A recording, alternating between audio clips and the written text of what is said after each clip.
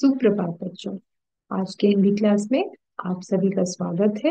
तो हम लोग अभी पढ़ रहे हैं आईसीएसई बोर्ड से नया रास्ता की कहानी को। तो आज हम लोग करने जा रहे हैं एट्थ लेसन नंबर 8। ठीक है। तो ये लेसन नंबर 8 में कौन कौन से क्वेश्चंस मेनली आ सकते हैं वो हम लोग आज डिस्कस करने वाले हैं। तो आइए देखते हैं। यहाँ पर है कि सभी सहेलियों ने क्या योजना बनाई। तो यहाँ पे एक्चुअली बातचीत हो रही है मीनू के हॉस्टल। वहां पे मीनू जो है वकालत कर रही है, वो एक हॉस्टल में रहती है।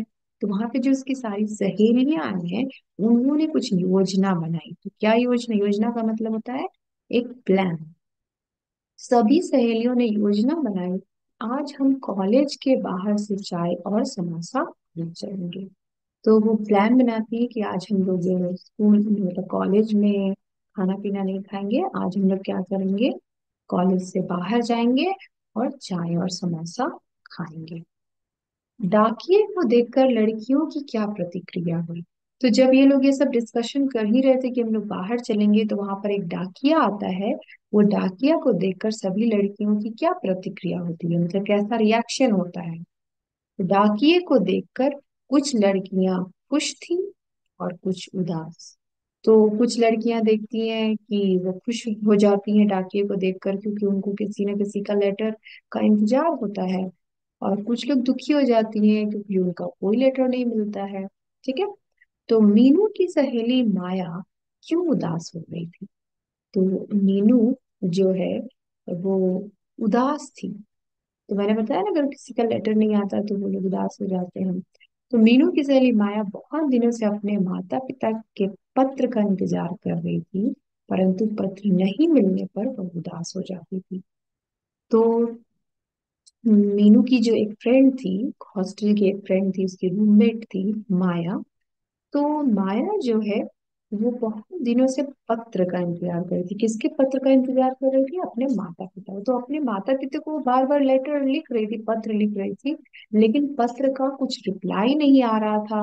तो रिप्लाई नहीं आने पे वो उदास थी कि मेरे पेरेंट्स का मेरे लेटर का जवाब देंगे। तो इसलिए वो उदास हो जाती है कि उसका कोई लेटर नहीं आया, बाकी सब सहेलियों का लेटर आता है तो वो लोग खुश हो जाते हैं। हॉस्टल के गेट के पास टैक्सी से कौन उतरता है। तो ये जो हॉस्टल है जहाँ पे ये सभी लोग बातें कर रहे थे, तो जो हॉस्टल का जो गेट था, मेन गेट था, वहां पे एक टैक्सी रुकती है और टैक्सी से कोई उतरता है। वो कौन है देखते हैं। हॉस्टल के गेट के पास टैक्सी से मीनू की घनिष्ठ मित्र नीलिमा उतरती है। तो मैंने ऑलरेडी पहले ही डिस्कशन किया हुआ है कि कौन कौन से कैरेक्टर्स हैं इस स्टोरी में। तो मीनू की जो बेस्ट फ्रेंड है, घनिष्ठ मित्र है, वो है नीलिमा। और वो हॉस्टल उस दिन आती है, और वो कैसे आती है, एक टैक्सी से उतरती है। नेक्स्ट एक क्वेश्चन है कि नीलिमा हॉस्टल क्यों आई थी।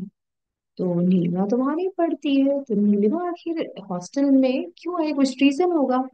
तो नीलिमा अपनी शादी का निमंत्रण मीनू को देने के लिए आई थी। तो नीलिमा वहां क्यों आई थी, क्योंकि उसकी शादी फिक्स हो गई थी। तो उसका निमंत्रण यानी कि लेटर या कार्ड, इनविटेशन कार्ड देने के लिए आई थी, क्योंकि मीनू जो उसकी बेस्ट फ्रेंड थी, तो वो चाहती थी कि मेरी बेस्ट फ्रेंड भी मेरी शादी में हो। तो इसलिए वो कार्ड देने के लिए हॉस्टल में आती है। नीलिमा की शादी किससे हो रही है। तो अब क्वेश्चन है कि नीलिमा की शादी होने वाली है, तो वो किससे हो रही है, वो पर्सन कैसा है, क्या करता है, कहाँ रहता है, वो सब हम लोग देखेंगे। नीलिमा की शादी मेरठ के एक लड़के सुरेंद्र से हो रही है। तो मेरठ का एक लड़का है जो, जिसका क्या नाम है, सुरेंद्र। उसकी अपनी फैक्ट्री है। सुरेंद्र क्या करता है, उसका एक अपना फैक्ट्री है। काफी पैसे वाला है, मतलब उसके पास अच्छे खासे पैसे हैं। देखने में स्मार्ट है, मतलब गुड लुकिंग भी है। रंग भी साफ है, उसका जो कलर है फेस का, और कलर जो वो भी बिल्कुल साफ है। और नाक नक्स भी अच्छे हैं। नाक नक्स मतलब फेशियल फीचर्स जो है वो भी बहुत अच्छे हैं।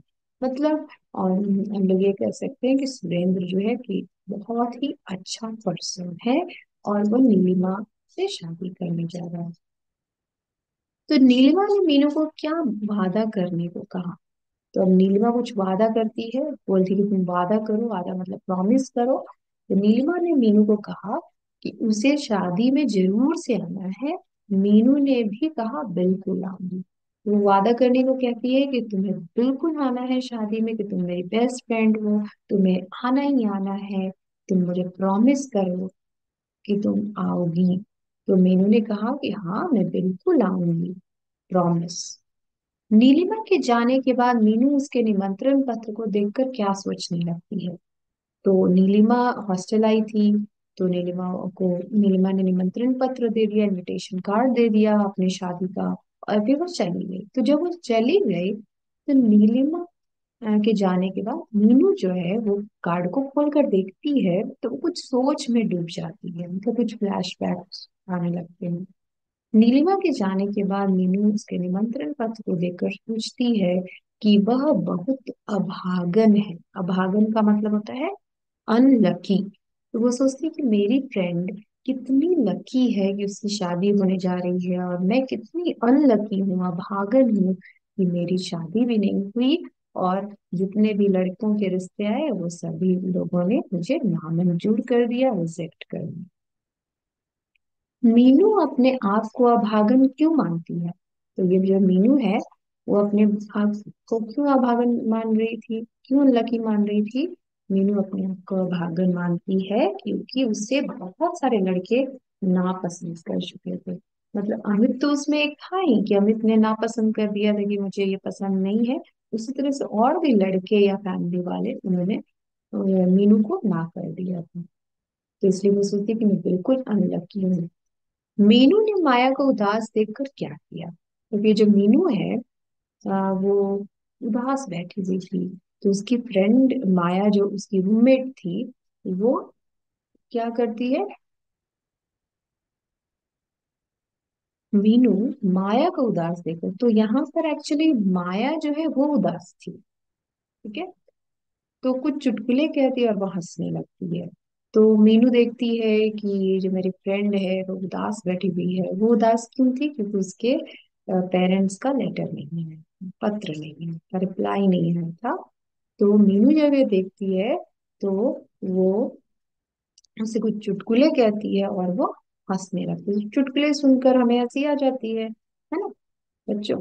तो ये सभी पार्ट थे हमारे लेसन नंबर 8 के। आगे वाले क्लास में हम लोग आगे बढ़ेंगे। थैंक यू बच्चों।